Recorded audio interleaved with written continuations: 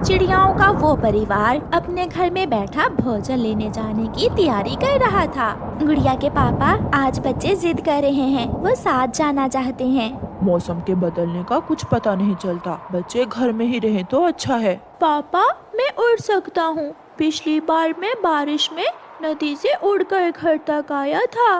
मैं भी उड़ सकती हूँ। फिर पापा चिड़िया मान जाते हैं और वो सब अपने घर से निकलते हैं। रास्ते में कुकू को एक जगह कुछ दाने दिखाई देते हैं। पापा, मम्मा, वहाँ नीचे दाने हैं। वो दाने किसी शिकारी ने बखेरे होंगे, हमारे जंगल में इतना दाना नहीं हो सकता। वो सब आगे बढ़ते हैं। वो घने जंगल में जाते हैं। एक सूखे हुए पेड़ के पास कुछ दाने उन्हें मिल जाते हैं। बच्चों, कभी भी लालच नहीं करना, मेहनत का कोई शॉर्टकट नहीं होता। जैसे आपकी मम्मा और पापा ने हमेशा मेहनत की है, आपने भी बड़े होकर ऐसे ही मेहनत करनी है। बातें करते करते हवा तेज हो जाती है और साथ ही बारिश शुरू हो जाती है। मैं इसलिए डर रहा था, बच्चों को ठंड लग जाएगी। गुड़िया की मम्मा, आप यहाँ आ जाएं और मैं बारिश का पानी रोकने की कोशिश करता हूँ। फिर पापा चिड़िया पेड़ की ऊपर वाली डाल पर अपने पंख फैलाकर बैठ जाता है। पापा चिड़िया अपने बच्चों को भीगने से बचाने की पूरी कोशिश कर रहा था। तेज हवा से पापा चिड़िया कभी इधर गिरता तो कभी उधर गिरता, मगर उसे किसी भी तरह अपने बच्चों को सुरक्षित रखना था। काफी देर बारिश होने के बाद बारिश रुक जाती है। जल्दी करो, इससे पहले कि बारिश फिर से शुरू हो जाए, हमें वापस घर जाना होगा। वो सब तेजी से उड़ते हैं। जब वो वापस आते हैं तो एक नई समस्या उनका इंतजार कर रही थी। उनका घर पूरी तरह टूट चुका था। मम्मा चिड़िया रोने लग जाती है। इतना कमजोर भी ना था हमारा घर, सबके घर ठीक है, एक हमारा ही घर टूटना था। ऐसे मौका पर घबराने की बजाय हिम्मत और हौसले से काम लेते हैं। मैं अभी पीपल के कुछ पत्ते लेकर आता हूँ और हम आज की रात गुजारने का बंदोबस्त कर लेते हैं। पापा, अपना ख्याल रखना, जल्दी आना आप। फिर पापा चिड़िया उड़ता है। रात भी हो चुकी थी। पापा चिड़िया जानता था कि जंगल में पीपल का पेड़ कहाँ है, इसलिए वो सीधा उसी दिशा में जाता है। पापा चिड़िया पीपल के पेड़ से कुछ पत्ते तोड़कर वापस मुड़ता है। अंधेरे की वजह से पापा चिड़िया को पता ही नहीं चलता कि कब वो एक पेड़ से टकरा जाता है। वो बेरी का पेड़ था। बेरी के कांटे पापा चिड़िया के शरीर में घुस जाते हैं और पापा चिड़िया वहीं गिर जाता है। उसकी आंखों के सामने उसका परिवार था। वो फिर से उड़ने की कोशिश करता है, मगर अब उसके शरीर में जान न थी और उसकी आंखों के सामने अंधेरा छा जाता है। मम्मा चिड़िया अपने बच्चों को लिए अपने पति का इंतजार कर रही थी। सारी रात गुजर जाती है, मगर पापा चिड़िया लौट कर नहीं आता। मम्मा चिड़िया जान गई थी कि उसका पति जरूर किसी मुश्किल में है। सुबह की रोशनी होने के साथ ही मम्मा चिड़िया अपने बच्चों से कहती है, बच्चों, मैं आपके पापा को देखकर आती हूँ, वो अभी तक नहीं आए, जरूर वो किसी मुश्किल में होंगे। मम्मा, जिंदगी में इतनी मुश्किलें होती हैं, एक से बढ़कर एक। हाँ बेटा, जिंदगी तो गुजारना होती है, दुख हो या सुख, खुशी हो या गम। मम्मा चिड़िया उड़ती है। मम्मा चिड़िया का कलेजा फट जाता है जब वो अपने पति को बेरी के पेड़ में फंसा हुआ देखती है। उसकी चोंच में पीपल के पत्ते थे। ये कैसे हुआ? आप हमें छोड़कर चले गए। अपने बच्चों को सुरक्षित रखने के लिए आप तो पत्ते लेने गए थे। मम्मा चिड़िया रोती रहती है। वो अपने पति की वजह से बहुत दुखी हो गई थी, मगर क्या करती, उसे वापस अपने बच्चों के पास भी तो जाना था। दुखी दिल के साथ मम्मा चिड़िया वापस उड़ती है। मम्मा, पापा कहाँ है? मम्मा, कहाँ है मेरे पापा? बच्चों, आपके पापा अब हमारे साथ नहीं रहे। ये सुनकर बच्चे रोने लग जाते हैं। मम्मा चिड़िया अपने बच्चों को साथ लेकर वहाँ से उड़ती है। मम्मा चिड़िया पर अब और भी जिम्मेदारी बढ़ गई थी। उसे अपने बच्चों को माँ और बाप दोनों का प्यार देना था। मम्मा चिड़िया अपने बच्चों को साथ लेकर जंगल की दूसरी ओर पहुँच जाती है। वहाँ उसकी पुरानी जानने वाली एक कौवी रहती थी। गौरी, मेरे पति मर गए और मेरा घर भी टूट गया है। मेरा कोई भी न था।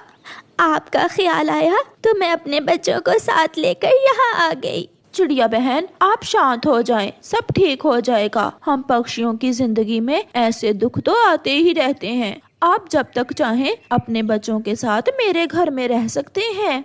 फिर मम्मा चिड़िया गौरी कव्वी के घर रहने लगती है। ऐसे ही कुछ दिन गुजर जाते हैं। अब मम्मा चिड़िया का दुख भी थोड़ा कम हो गया था। वो अपने बच्चों के लिए घर बनाना चाहती थी।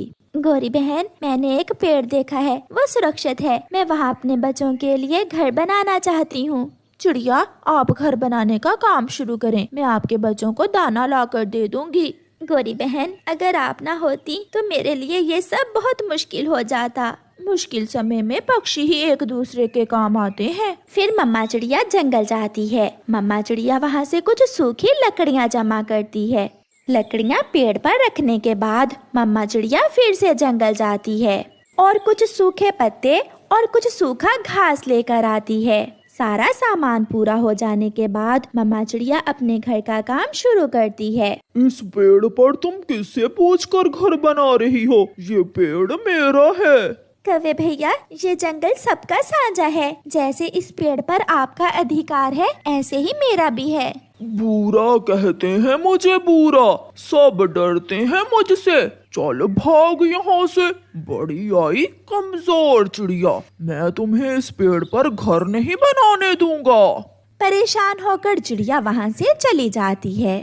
चिड़िया बहन, कहाँ तक पहुँचा घर का काम? गौरी, एक बुरे नाम के कौवे ने मुझे उस पेड़ पर घर बनाने से मना कर दिया है। वो कहता है कि वो पेड़ उसका है। चिड़िया, इस जंगल में रहने के लिए हमें ऐसे जालमों से डरने की बजाय उनका मुकाबला करना होता है। चलो मेरे साथ, मैं देखती हूँ उस बुरे के बच्चे को। बच्चों, आप घर में ही रहना।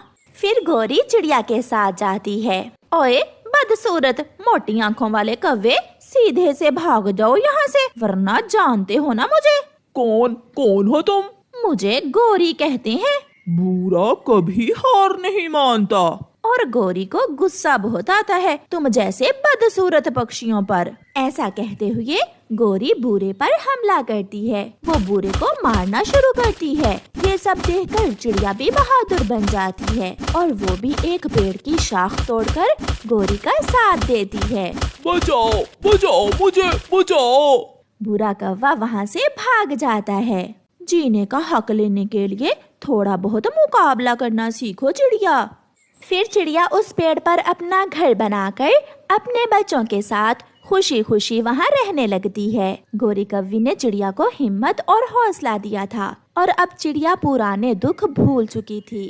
प्यारे दोस्तों, इस कहानी को लाइक, शेयर और चैनल को सब्सक्राइब करना बिल्कुल मत भूलना। आपका धन्यवाद। चिड़िया और उसकी बेटी गुड़िया बहुत गरीब थीं। वो सेठ कालू कौवे के घर में किराए पर रहती थी। एक दिन सेठ कालू कौवा सुबह सवेरे ही आता है। चिड़िया, बाहर निकलो, जल्दी बाहर आओ। क्या हुआ सेठ जी, आज आप इतने गुस्से में क्यों हैं? 3 महीने हो गए तुमने घर का किराया नहीं दिया। आज तो मैं किराया लिए बिना यहाँ से नहीं जाऊँगा। कृपया करें सेठ जी, मेरे पास अभी पैसे नहीं हैं। मैं कुछ दिनों तक दे दूंगी आपके पैसे।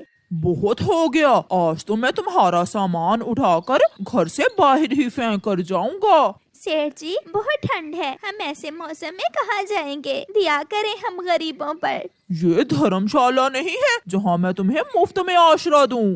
फिर कालू कौवा चिड़िया का सामान उठाकर घर से बाहर फेंक देता है और घर को ताला लगाकर वहाँ से चला जाता है। मम्मा चुप हो जाएं, आप खुद ही तो कहती हैं रोने से हालात नहीं बदलते। मगर बेटी, ठंड बहुत है, ऐसी ठंड में हम रात कैसे गुजारेंगे? फिर वो माँ बेटी अपना कुछ सामान लेकर वहाँ से चलती हैं। आगे तुम कालू। सब मुझे सेठ कालू कहते हैं, इज्जत से बुलाया करो मुझे, गोरी इज्जत से। सेठ होगे तुम बाहिर, मेरे लिए तो तुम कालू ही हो। और हाँ, अगर आज किसी काम वाली का बंदोबस्त ना किया तो मैं आज ही अपने मैके चली जाऊंगी। ऐसी ठंड में मुझसे घर के काम नहीं होते। मैंने कहा ना, 1-2 दिन में मिल जाएगी कोई काम वाली। नहीं, आज ही काम वाली का बंदोबस्त करो। फिर कालू कौवे के दिमाग में रानो चिड़िया और उसकी बेटी का ख्याल आता है। वो जल्दी से वापस होता है। आप आगे, मुझे पूरा विश्वास था आपको हम गरीबों पर दया जरूर आएगी। हाँ हाँ, तुम पर मुझे रहम आ गया, इसलिए तो लौट कर आया हूँ। तुम मेरे साथ मेरे घर में रह सकती हो, मगर बदले में तुम्हें मेरे घर के काम करने होंगे। मैं करूँगी सेठ जी, मैं सारे घर के काम कर लूँगी। फिर चिड़िया और उसकी बेटी सेठ कालू के साथ चली जाती हैं। ये कौन है चिड़िया?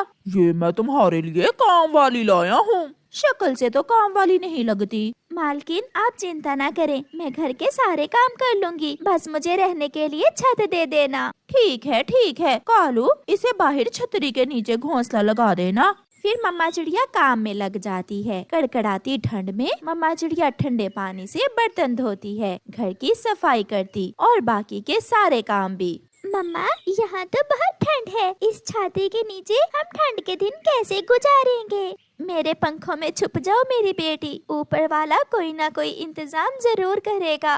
वो ठंड की रातें बहुत मुश्किल से वो माँ बेटी गुजारती हैं। सेठ जी, मुझे कुछ पैसे दे दें, मैंने अपनी बेटी के लिए गर्म कपड़े खरीदने हैं। पैसे? कौन से पैसे? खाना मिलता है और रहने को जगह, ऊपर से पैसे मांग रही हो? काम करना है तो करो, कोई पैसा वैसा नहीं मिलेगा। मेरी बेटी ठंड से बीमार हो गई है, सेठ जी दिया करें, कुछ पैसे तो दे दे। मैं तुम्हें 1 रुपए भी नहीं दूंगा। फिर शाम के समय वो माँ बेटी सेठ कालू का घर छोड़कर वहाँ से चली जाती हैं। वो जंगल के बाहर एक सूखे हुए पेड़ पर टिंकों का घोंसला बनाने का सोचती हैं। मम्मा, जब मैं बड़ी हो जाऊंगी तो मैं काम में आपकी मदद किया करूंगी। अभी मम्मा है ना मेरी बेटी, आप चिंता ना करें, देख लेना एक ना एक दिन हमारे दिन जरूर बदल जाएंगे। रात को जब गुड़िया सो जाती है तो मम्मा चिड़िया पेड़ से पत्ते तोड़कर अपनी बेटी पर रखकर उसे गर्म करने की कोशिश करती है। मम्मा चिड़िया को बहुत ठंड लग रही थी, मगर उसे केवल अपनी बेटी की ही चिंता थी।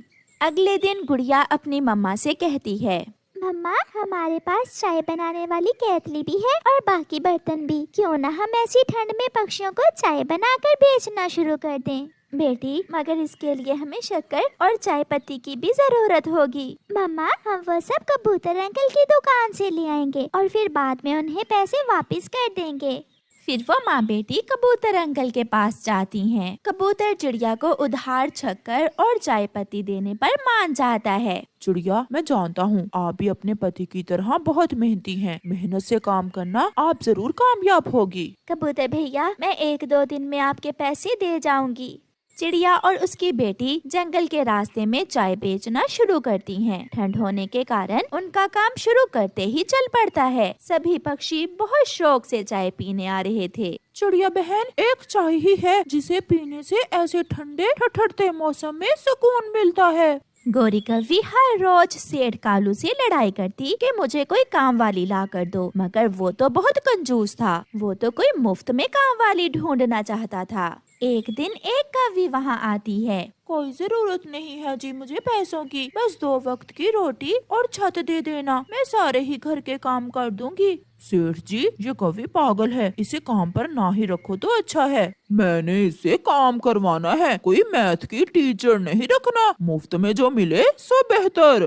कौवा उसे अपने घर ले जाता है। मेरे कपड़े धोने के बाद इन्हें इस्त्री कर देना और हाँ, मेरे आने से पहले पहले खाना भी बना लेना। ठीक है मालकिन, मैं सब कर लूंगी, आप जाएं। गोरी घर से चली जाती है। ओहो, मैं तो भूल गई, मालकिन ने क्या कहा था। चलो थोड़ी देर टीवी देखती हूँ। वो टीवी लगाने लगती है कि पेट्रोल की बोतल उसका पंख लगने से गिर जाती है।